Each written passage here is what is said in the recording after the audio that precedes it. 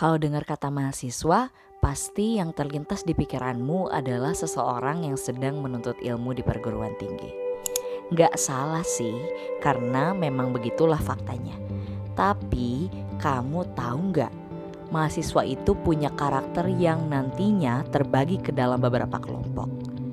Ada yang sibuk dengan akademiknya, ada yang sibuk dengan organisasinya, dan masih banyak lagi.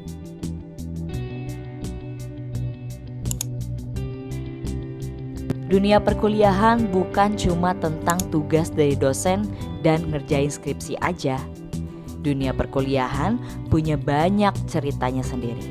Tiap mahasiswa termasuk kamu bakal merasakan sensasi dunia perkuliahan yang berbeda-beda, tergantung kamu menikmatinya dengan cara apa. Gak ada jenis atau tipe mahasiswa yang sempurna dan terbaik, karena masing-masing dari mereka punya ciri khas dan karakternya sendiri, serta punya momen dan ceritanya sendiri juga. Terus, mahasiswa juga gak bisa punya identitas tunggal.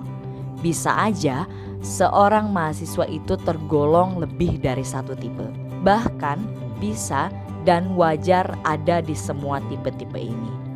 Poinnya ada di sebenarnya si mahasiswa ini lebih dominan ke tipe yang mana.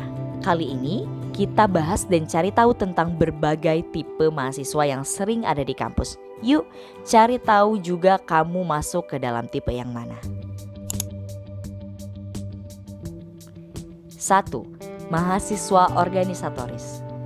Banyak mahasiswa yang milih untuk ikut berbagai macam kegiatan mahasiswa di kampus. Salah satunya masuk organisasi intra atau ekstra kampus.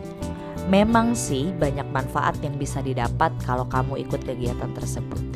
Tapi ada juga beberapa dari mereka yang cuma ikut-ikutan aja. Beberapa dari mereka kadang jadi sering bolos kuliah karena terlalu capek. Habis rapat sampai dini hari, atau dari merekanya sendiri yang gak bisa membagi waktu antara kuliah dan organisasi. Yang kedua, mahasiswa aktivis. Hampir mirip dengan organisatoris, tapi mahasiswa tipe ini lebih keren dan paling ingin dicapai oleh mahasiswa. Untuk jadi aktivis, kamu gak cukup dengan ikut dan aktif organisasi doang. Kamu harus melibatkan hati dan semangat kamu kepada nilai-nilai kemanusiaan dan nilai-nilai sosial. Untuk masuk dan disebut sebagai seorang aktivis itu tanggung jawabnya berat. Dan label tipe aktivis ini bukan buat gaya-gayaan aja. Resiko paling ringan jadi tipe ini ya DO, dipenjara, ditangkap atau bahkan meninggal dunia. Sebagaimana fakta sejarah di Indonesia pernah terjadi. Yang ketiga, mahasiswa akademis. Tipe ini adalah kelompok mahasiswa yang fokus dan konsen banget sama perkuliahan. Ciri-ciri paling terlihat itu biasanya IPK-nya tinggi-tinggi. Bahkan bisa IPK-nya 4. Mereka juga sering banget ada di kampus, nemenin dosen, bantuin dosen, atau bahkan staf kampus. Sehingga dia ini disayangi banget sama dosen-dosen. Yang keempat, mahasiswa apatis. Mahasiswa yang satu ini cuma peduli sama dirinya sendiri. Biasanya mahasiswa tipe ini gampang banget ditemui karena udah pasti ada di setiap angkatan. Mereka juga gak terlalu peduli dengan lingkungan sekitarnya. Maksudnya setiap ada isu atau peristiwa di kampus, mereka gak tahu atau memilih untuk gak mau tahu. Prinsip mahasiswa apatis adalah yang penting datang ke kampus buat kuliah. Kalau perkuliahan selesai, mereka bakal langsung pulang atau memilih main. Intinya, gak peduli dengan keadaan kampusnya.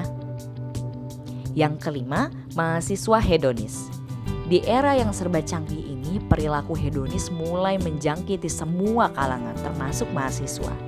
Sikap hedonis atau konsumtif ini umumnya terjadi di kalangan mahasiswa kalangan atas atau mampu. Tapi memang gak semua seperti itu sih.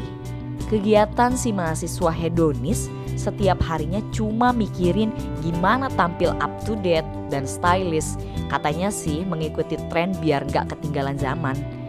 Kalau selesai kuliah, waktunya akan dihabiskan untuk bersenang-senang, nge-mall, nonton, atau ke salon.